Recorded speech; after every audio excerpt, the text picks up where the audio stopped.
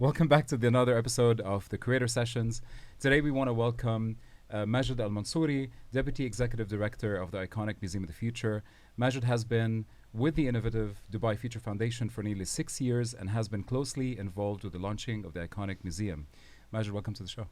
Thank you so much. Thank you, Leon. Thank you, Mark. Happy to be here. Thanks for being here. To start off with, we normally kind of want to explore a little bit more about your journey and what got you to being in the position that you are today. So I think a lot of our listeners would really love to get to know you a little bit more. So if you can shed some light about your journey so far. Absolutely. I am an engineer by background. I completed my engineering degree in the States, electrical engineering to be precise. And when I graduated, I came back. I was on a scholarship in one of the leading, let's say, oil and gas companies. So my career started in the basically in a petrochemical industrial zone in the western region of Abu Dhabi. So it was an interesting kind of experience.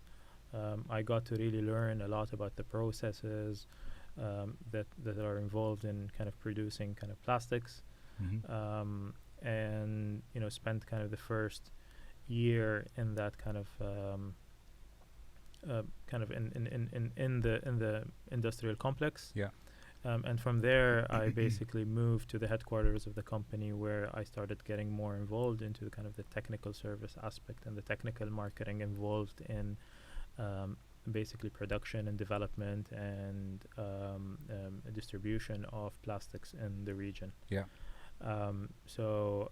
Obviously, if you fast forward and look at my experience now, it kind of looks kind of very, very different, but I think it's kind of really allowed me to learn a lot about kind of the processes, the project management aspect of things, safety, the importance of really kind of making sure that we're continuously producing products that are of the highest quality, and then subsequently basically dealing with the different customers from all around the region. On the other hand as well, I have I do have also a completely kind of different experience that I also started in at that time. So my career started in 2011, 2013.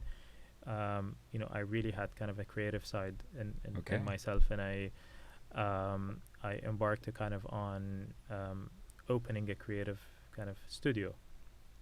So this was kind of something that I partnered with some Finnish partners, and we opened kind of a design agency that was really focused on kind of branding and focused on kind of creating like strategic kind of solutions and working with different kind of clients on understanding what their strategic direction and vision should be. So it was kind of an interest that became a startup that kind of really enabled me to get kind of that creative side of me. So my day was basically, I'd wake up in the morning, I'd go to my day job, basically at the company that I was working on, and I'd finish around 4 or 5, and then I'd move to the studio and switch perspectives. Exactly, and then do that for like the next 4 or 5 hours. So Amazing. It was quite an interesting journey. I did that. I did both, and my career kind of progressed within Buruj or Adnoc. And I eventually kind of became the responsible for the application marketing for the region. So basically working across the whole value chain, where you're dealing with the different, let's say, starting from the production, moving into kind of innovation and development, working with the customers, working with the utilities, working with the different kind of bodies. So it's really going across the whole value chain of basically petrochemicals. And in 2017 was quite a turning point on a personal level, because I went to national service. And in national service, I spent kind of a year, and I think with the national service it was quite a very different experience. A lot of kind of discipline, a lot of as well learning. I think it was a true pleasure to kind of serve the country and really be part of kind of giving back to the country for everything that kind of it has contributed to kind of to our lives. So it was a really, really interesting experience. It was a different experience, and I think it's an experience that I think a lot of what kind of came out of the successes is I would kind of really connect to that experience specifically. Interesting. So I mean, it was kind of a so an engineer, an entrepreneur on the side, and then went to military service. And during military service, basically, I got approached to potentially work on a project at the Dubai Future Foundation. And that to me kind of, and I was very happy, and honestly, in my career basically, and the team there have been phenomenal, and they've been super supportive, and kind of in getting me to the level that I got to. But then I found a new opportunity and a new challenge to basically be to connect between my creative side and my project management side or my engineering side, basically. So that's kind of it was a merging of two worlds almost, right? And it sounded kind of too good to be true. Yeah, kind of course. Thing. So I jumped on the opportunity, and I took the role of as a project manager at that time. Nice. And at that time, it was a very kind of it was a new project. It wasn't the Museum of the Future. It was called Area 2071. Wow. Okay. And I remember I joined in March 2018 the Dubai Future Foundation, and basically we had to actually build a space in little over 45 days. Wow. And I was working with basically the team there, and kind of being the project manager and delivering that project. Yeah. And exactly 45 days, His Highness came and inaugurated the space. And until like 30 minutes before His Highness arrives, we're still kind of fixing things and making sure things are working. And a true startup mentality, right? Yeah, for sure, like absolutely. And I think that's what makes the foundation and the museum very, very special. Amazing. Because within kind of a government kind of setting, we have that kind of environment. We have that kind of let's say culture where it's really focused on building, it's really focused on delivering, and we all work together. There's no like set rules or job description, and this is not my job. Cool. Your job is to get the project done, no matter what it is that you need to do. So I think that was obviously a very, very proud moment for me when His Highness inaugurated the project. And I think that kind of as well gave leadership maybe the comfort or the trust to kind of allow me to be part of the Museum of the Future project. Nice.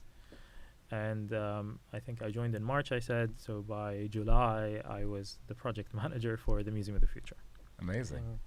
So that gets us to kind of maybe a lot about what we'll be talking today. Yeah, 100%. And you touch on a lot of amazing chapters that I'm sure we will come back to as well. I think discipline is a great one as well. But one of the reflection points that we wanted to bring up with you as well is how your engineering background, and there's a bit of a shift there as well, right? An industry from engineering to what you do currently with the Museum of the Future. How much of that discipline, from the experience that you had in service, as well as your engineering background, did play a role in your role today at the Museum of the Future? I think for sure, I mean, joining as a project manager, so obviously my main goal was to deliver the actual building. Yeah.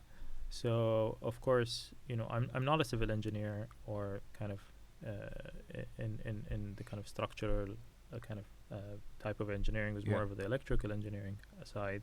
But I think engineering as a discipline really gives you a lot of kind of the mentality of working through the different processes, ensuring that you're covering the different all the different angles or stages of a different project that you're working on. And I think specifically electrical engineering is quite interesting because you're pretty much working with something that you cannot see. Interesting. You know, Okay. electricity. Of You know, course, you're designing kind of circuits or and designing kind of different projects that are just based on basically theory, and we know the theory is right because it works.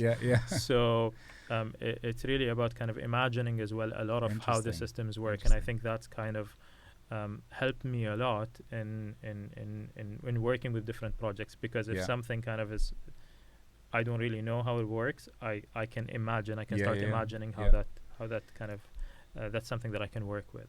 Interesting, and that's the power of creativity as well. That's what starts, getting you into the space of creativity and seeing a project all the way through. So maybe coming back to Museum of the Future and the role it plays currently. Of course, an iconic building, an amazing sort of monument of the city. What is the ambitions in general for a visitor that comes into the Museum of the Future? The experience itself is so meticulously designed for everybody to come in and take away something from it. If you were to tell us a little bit about when you guys were coming up with the concept of the museum, what was the intention behind the experience that you wanted to provide to the visitor? So I think maybe we can go back a little bit kind of how the Museum of the Future started. Of course, it's currently in a beautiful, iconic building, but the story was a little bit more modest than that. Okay. So right around 2013, His Highness kind of gave the team a challenge to basically look at ways that we can communicate the future to people. And in that time, it was part of what we call the World Government Summit, which is a yearly event that happens, that invites kind of basically world leaders, executives from, to discuss kind of the future of governments. So the first iteration of that kind of museum was called the Museum of Future Government Services. Interesting. Okay. And it was basically, the name basically tells you a little bit more about the content, but it was really about kind of showcasing what the future of government services were. Interesting. And the vision that His Highness kind of instilled is that he didn't just want it to be like, a normal kind of exhibition. He really wanted people to experience what it's like to be in the government of the future. Mm-hmm. And that kind of experience, basically getting all of our senses kind of involved in that, helps us fully understand what the vision is. And at the same time, once we kind of exit that, we kind of keep thinking about it. Like it's like basically going to a movie and you watch an amazing movie, and then you're still thinking about it like as you're going home, or a day or 2 days it after. Impacts your senses. 100%. Exactly, because it's a sensory kind of experience that you're going through. And it was kind of honestly a beautiful idea in the sense of how to take something very complicated and make it very simple. Very cool. For many age groups, for people from different areas from around the world, for different backgrounds. And it was very nice to kind of test that in a very controlled environment. 3 days, 3,000 people, some things will not go right. But because you're in that kind of test bed phase, or test zone, you're able to do that. And ever since then, we've been producing and the second year changed. It became the Museum of the Future. Okay. And then the topic would change every year. You do like a topic about kind of the future of food. You'll do a topic about kind of AI, and you do a topic about kind of many different things. By the way, one interesting story is the Museum of the Future Government Services actually showed future ministerial roles. Yeah. Which actually included the Minister of AI. That actually that became a reality some years later. And I think that's kind of the essence of what the Museum of the Future. It explains what the Museum of the Future is really about. A projection of the future, almost. Exactly. Yeah. Very nice. And so we did the first year, and then the second year, His Highness said, "Okay, great. Yeah. What's next?" Yeah. So then the whole journey of basically creating a permanent, let's say, museum of the future kind of became a project. Wow. And a new foundation was established to basically, number one is manage that that project, but in addition to institutionalize kind of futurism. Yeah. So there becomes a process, there becomes a way, there becomes kind of a center of conversation, a center of studies, center of research that basically informs the government of Dubai on what are the trends, where are things moving, and how can we basically help different kind of government entities across Dubai to and change the mindset and get the mindset kind of there of futurism and the importance of kind of planning ahead for the future. And I think it all kind of comes together and kind of funnels into making Dubai kind of the city of the future. Yeah, of course. Yeah. And it's not just about, there's really kind of hundreds, if not thousands, of different people across the Dubai government as a whole that are working on delivering on that promise and delivering on that vision. Nice. In many and in various different ways. And I think that the Dubai Future Foundation is really kind of is the accelerator into developing all of that. Amazing. So Dubai Future Foundation, managing the Museum of the Future, and at that time, basically, there was an architectural competition. Okay. Because what does the Museum of the Future look like? Of course, yeah. So you had many of the well-known, let's say, architects and designers. I'm sure it was an interesting kind of challenge for any designer because the building needed to really reflect kind of the story. And as kind of the designers that were shortlisted, one kind of designer emerged as kind of I would say a favorite. Which is a South African gentleman that is based here in Dubai. Nice. His name is Sean Killer. And he's worked on various different projects across Dubai. The Burj Al Arab, he was part of the team that worked on that. The Opera House and various different projects. And he worked with an Emirati designer and calligraphist. His name is Matar bin Lahij as well. Okay. And they really basically took the certain quotes from His Highness and created the kind of the shape of the building and the Arabic kind of quotes. There's like a sketch somewhere online basically where it shows kind of it was literally like a piece of paper and you drew the shape and the writing and everything, and it's and honestly the team was kind of weren't sure that it's possible. It's possible, and when it went to His Highness, His Highness basically loved the design, loved the idea of the Arabic language specifically. Yeah. Because he's obviously one of the biggest advocates of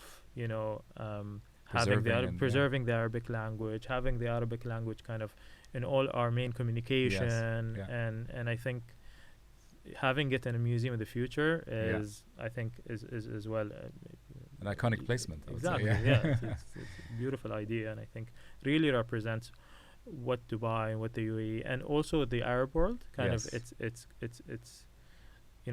Dubai and the UAE, especially kind of in the last, let's say, decade or 2 decades, has been kind of a melting pot of different cultures and different, and especially from the Arab world. I think Dubai is number 1 in the Arab world of where people want to move. 100%, yeah. So I think it's obviously becoming also globally as well. Yeah. I think it was number 2 with the destination for people coming in. Yeah. So obviously this is there's been kind of a clear strategy for where we want to be. And I think the museum really helps into kind of making that, showing that the vision is real about that. Yeah. So he chose this design. Nice. And it was up to the team to basically ensure that it's built to life. And truthfully, I think when the design was approved, the tools to design, to like basically we go into the next phase Yeah. of like the detailed design, and then basically into the architectural drawings and starting the building. The technology did not exist to basically Interesting. create it the way that That it was- was yeah, designed. That yeah. it looked like. So as the team basically were, going into different phases, they were creating new tools using kind Wow. of, different kind of tools that uses kind of artificial intelligence and different kind of, different kind of softwares that allowed us to basically create the system building, yeah. or the building itself that we see. And I think that's kind of one of the unique aspects of the structure of the building. Yeah. The facade that you see on the outside, which is a combination of 1024 panels Nice. that basically is like a Are jigsaw top- puzzle yeah, that yeah. are just Yeah. kind of installed, and they range from like 9 to 25 meters Wow. in height. So they're actually quite very, very large, and each and every one is kind of produced uniquely for where the area it's going. So you can't Interesting. get it wrong, obviously. Yeah, yeah. Yeah. And we kind of had to also look at different materials because because it needed to have a specific curvature, and what we Yes, call yeah, kind yeah. of double curvature, and that curvature basically we the only material that we knew of that could withstand kind of the weather elements, that you could kind of curve it and that you could basically ensure that doesn't kind of break, Yeah. is kind of glass reinforced fiber, Yeah. which is the material that you'd see in airplane wings or Interesting. in boats and Yeah. in Yeah, yeah. yachts. So we had to use kind of that material and test it as well to make sure that it It's actually solid and- works. Yeah.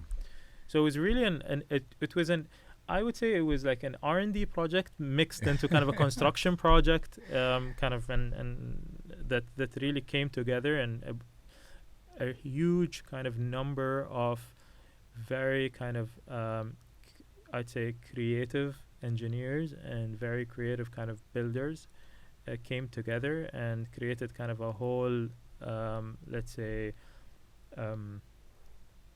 a whole chain of Yeah. kind of different kind of things that work together that allowed us to achieve this or to finish Yeah. this building. It's just really amazing to see that not only, of course, the museum represents, like you said, the acceleration of the future and what the future really brings, but it's also amazing to see that while you're building the building itself, that elements of futuristic design, elements of creative solution for the design itself was implemented to bring it to life. Mhm. So truly, the idea of projecting a future started from ground zero, which It's actually like the true embodiment of the vision. Yeah. So like yeah. we'll implement futuristic ways to actually give this achieved. from And I day think one. the way you described R&D plus groundwork, I think that's a beautiful description of actually of the strategic vision as a whole.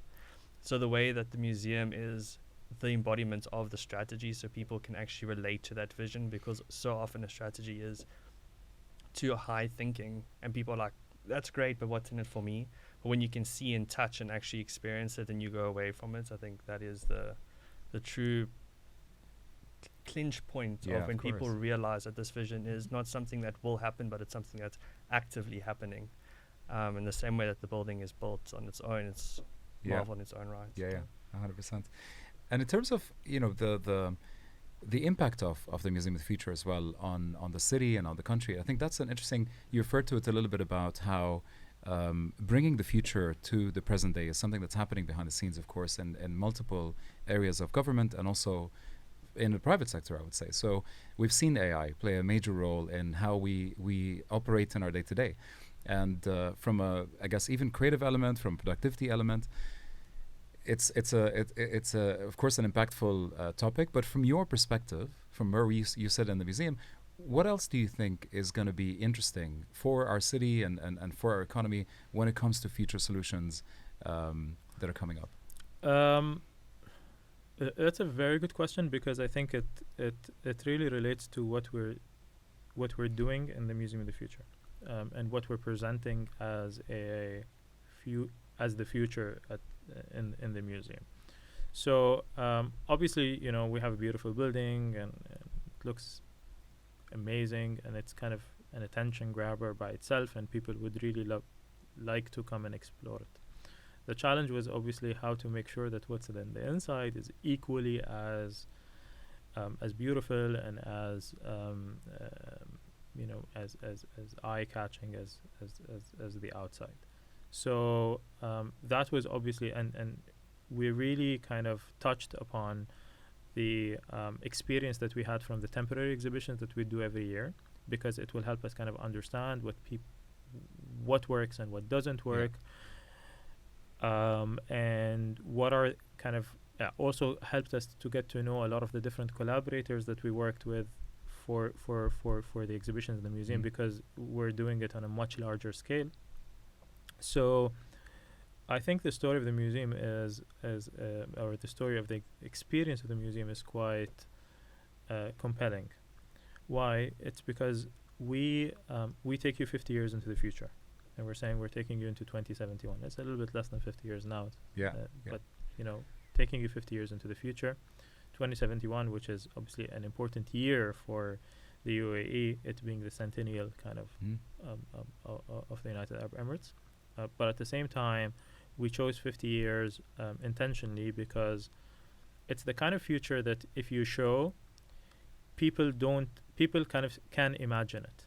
Now, if you show a future in a year or two, people start saying, I don't think it's going to happen. I don't think it's like until they actually see it.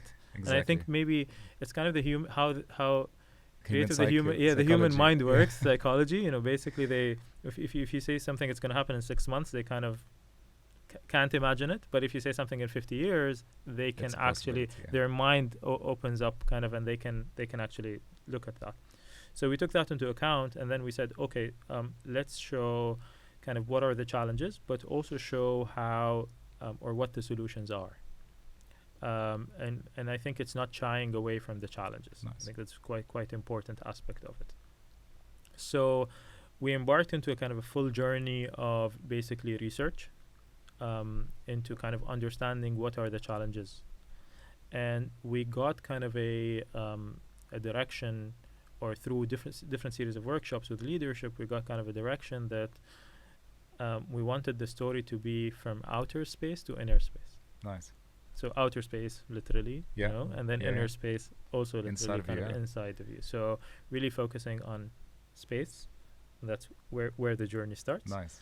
And in the interim, you basically go look at Earth. So you come back to Earth, and then the final kind of chapter is really focused on the inner self. So you're really going from macro to micro. Nice. And so once we knew kind of these are the topics that we're focusing on, we collaborated with researchers from around the world, basically locally and internationally, to understand what are the challenges and what are the where is the technology moving as of today. And I think these were in the form of white papers. So something that maybe 3% of the world would be interested in like reading and spending hours basically going through these papers.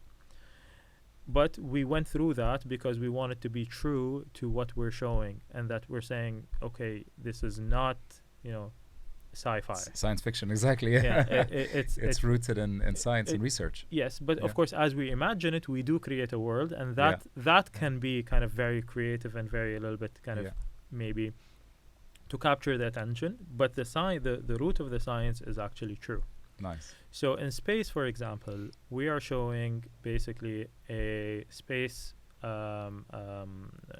station, which we call the OSS Hope. Yeah. And the OSS Hope is kind of an integral part of a project called Soul Project. And the Soul Project is a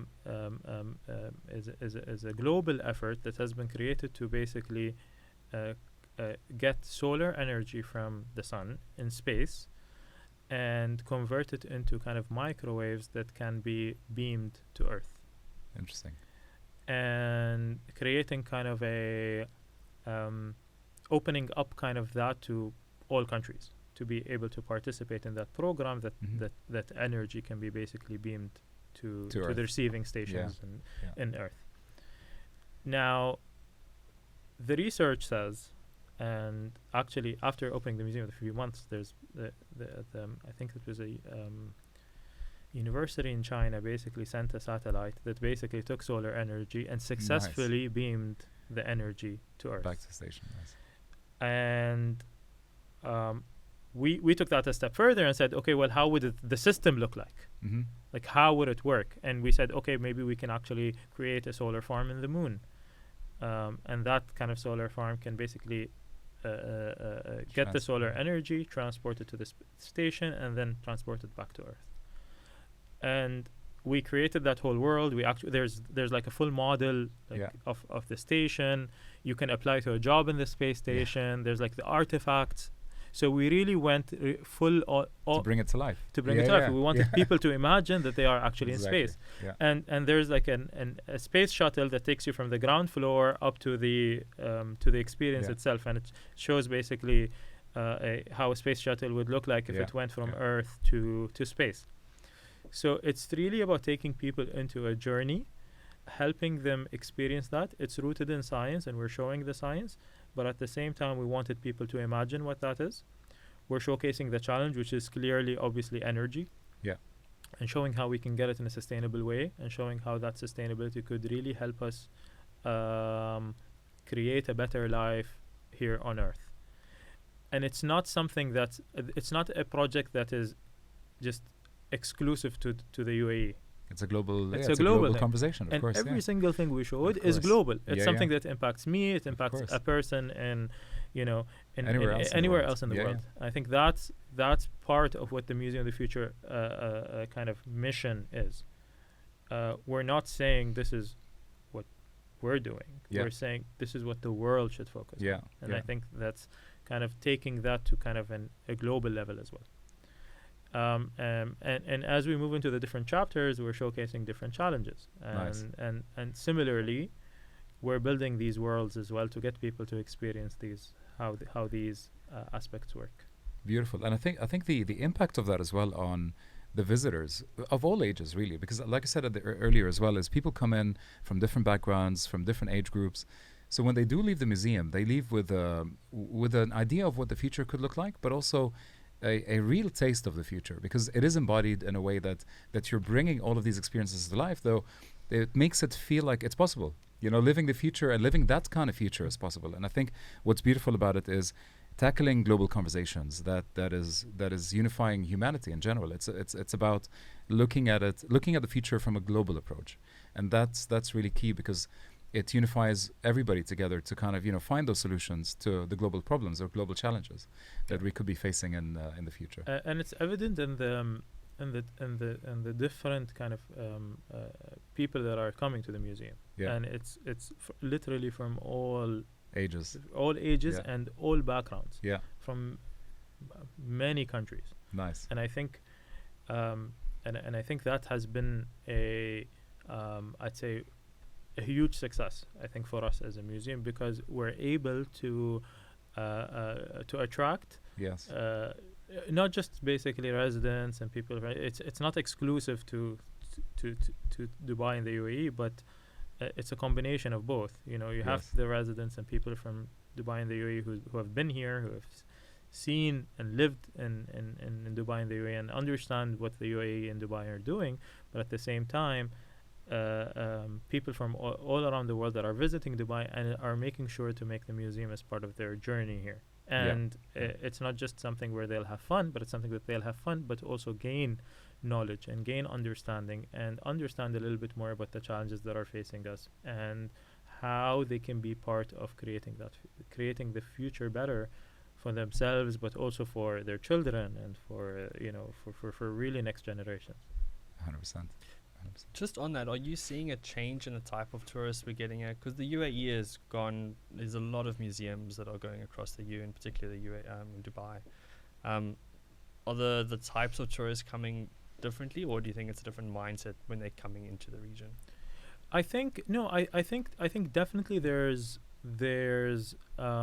a shift, and I think that's kind of also there's been a strategic as well focus on.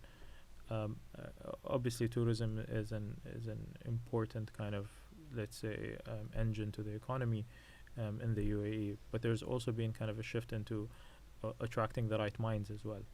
And I think that attracting the right minds to come and experience Dubai, but also to want to set up here and live here and create a life for them. And I think it was quite evident during COVID how the UAE really kind of managed that situation quite in a very kind of, I would say, kind of, stick in the middle kind of approach that allowed people to come and live here and have a sense of kind of freedom to live and go out that was not evident in many other countries around the world. And I think that kind of established the UAE and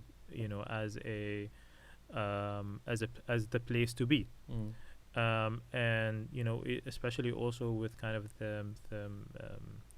the changes in kind of the immigration kind of laws, with the different visa kind of categories and sectors, especially with regards to talent and all of that. And I think that has really got people excited to come and basically, see and experience Dubai. And I think places like the museum, but also other museums across the country, and other kind of cultural kind of institutions across the country really play a role into communicating who we are, what we're doing, what is the thinking, and how we're and what we're doing about it. And that is an extremely important part of why kind of the UAE has been kind of continuously kind of reinventing itself depending on the situation that is happening in the world. Yeah, it relates so much to like you showing who you stay true to who you are, but we're very progressive, and I think that is what the world is looking for. And it's interesting you tapped on that. It's attracting the right minds. I think so many people are now finally getting an opportunity to question, to ask, to explore, and I think it relates to so much what you said, even relating to your growing up. I mean, you've done a lot of STEM subjects, and I think that's very prevalent, especially within the UAE. But then also not sticking and regimenting into STEM. Be creative with what you learn. You don't have to follow a process. It's how we apply that. It's very interesting, and I think there is a lot of opportunity for that, especially within the Future Foundation, for example. There's so many different ways people could get involved, attend think tanks, actually try and grow. And I think even relating to the global problems, it's a global problem because the UAE is a global community, and I think it's the one place we can all get together and actually have these proper discussions and see how do we solve things. And that's fun. You can make it fun. It doesn't have to be a very serious conversation. I mean, you couldn't have said it better, I think. But I completely agree. I think we have a role to play in kind of communicating who we are, being true to ourselves, being true to our heritage, to our culture, and I think it's a culture of openness, and I think it's quite evident in the number of, like you said, the number of nationalities that live here, and the number of and people from all walks of life, want to visit, the UAE, and want to understand about its culture, and we play a massive role in communicating that. I want to bring it back to you, Majed, and your personal experience as well. From growing up and being in the engineering background, and then pivoting into different industries, what is your recommendation for young people that want to leave a mark, either in an innovation sector, futurism, or just in general, as they're kind of growing up and learning about different industries? You touched a little bit about discipline. You touched a bit about those tools that helped you succeed in your career. Is there any advice that you would give them? I think the main thing is, especially young people, I think experimenting is very important. And I think experimenting on what you kind of like, what you want to do, how you want to do it. And I think it's okay if you do something and it doesn't really work out, or you're interested in something and then 6 months later it's not something you're not. And I think that's part of the whole process in finding what you're really kind of passionate about and what you really want to do. And I think it's a smart thing to do, and I think I did it maybe in the less risky way, in the sense of I had a day job and then I had an evening job, right? But that's that's the way I decided Yeah. to do it, and I thought it worked quite well, because I got the best of both kind of experiences and the best of both worlds, working in a corporate, and I think it served me quite well right now at the Museum of the Future, kind of being part of the leadership team and understanding these processes. Now, if I were in a startup and then I moved, I'm creating a new organization at the Museum of the Future that has more than 200 people, and building all these different processes and making sure the operations is working and all of that, I think it's a gap that I managed to kind of overcome because of my experience working in the oil and gas. Yeah. And I think that's the route I decided to move. And I think everybody needs to first experiment, explore, see where kind of their interests lie. I mean, ideally, a person wants to focus on where their interests are. Sometimes it's not the case, but I think it doesn't mean that you can't find the avenue to explore your interests in parallel with other things that you might be doing. No, 100%. 100%. And I think the role that, the passion element is really important. I think anything that you're not really interested in, you will lose that energy to keep proceeding and learning in the field or industry. So to kind of wrap up the conversation, and thank you so much for your time so far. We've got a few kind of rapid fire questions. And the idea for these is to kind of, have perhaps a deeper knowing about you, and also to get your kind of thoughts on a few things. So to start off with, we're going to ask you 3 questions, and these are like one-word answers, very, very quick, whatever comes to your mind first. And the first one is, if you were not doing what you're doing today, what else would you be doing? Football player. Amazing. Oh, wow. Okay. What's your favorite team? Man United. Okay. So it's been my I think passion since I was a kid. Nice. So we just drew with Liverpool last night, but I think they're not doing very well now. Yeah. But, it is definitely a passion of yours. It's football. a passion for Amazing. sure. Yeah. Amazing. And in your free time, what do you do? I read. I spend a lot of time reading. I'm very interested in history and biographies. So Nice. most of the books that I read are in that kind of genre. Nice. And I think when I'm obviously, I mean, maybe that's a tip to people that want to read or that are not reading. Read the genre that you enjoy. Don't explore things that you feel might help you. Yeah. I think you'll be reading much more books than you do. Amazing. And finally, what is the one thing that you would like people that are experiencing the Museum of the Future to take away with them? I think the main thing is where this is a future that you will be involved in, that any visitor to the museum or any person in the world, basically, we all have a future. And I think coming to the Museum of the Future maybe helps you understand what are the challenges that we'll face in the future and what are the solutions. And we are all part of the solution. It is not it's not an individual effort. It's not an entity effort. It's not a government level effort. It's a whole ecosystem. And this ecosystem requires individual collaboration and individual kind of input into creating a better future for ourselves. But also, when we think about the future, sometimes we don't think about ourselves, and we need to think about kind of the others, our children, or our younger brothers and sisters, and I think that's and continuity of kind of the privilege and the great kind of experience that we're having here in the UAE, but also kind of on a global scale as well. Although there are some challenges, but it's really about kind of ensuring that we are focusing on creating a better future. Amazing. Thank you so much for your time. Thanks for joining us on the you. show. Thank you for having me. Thank you, Majed. Thank you.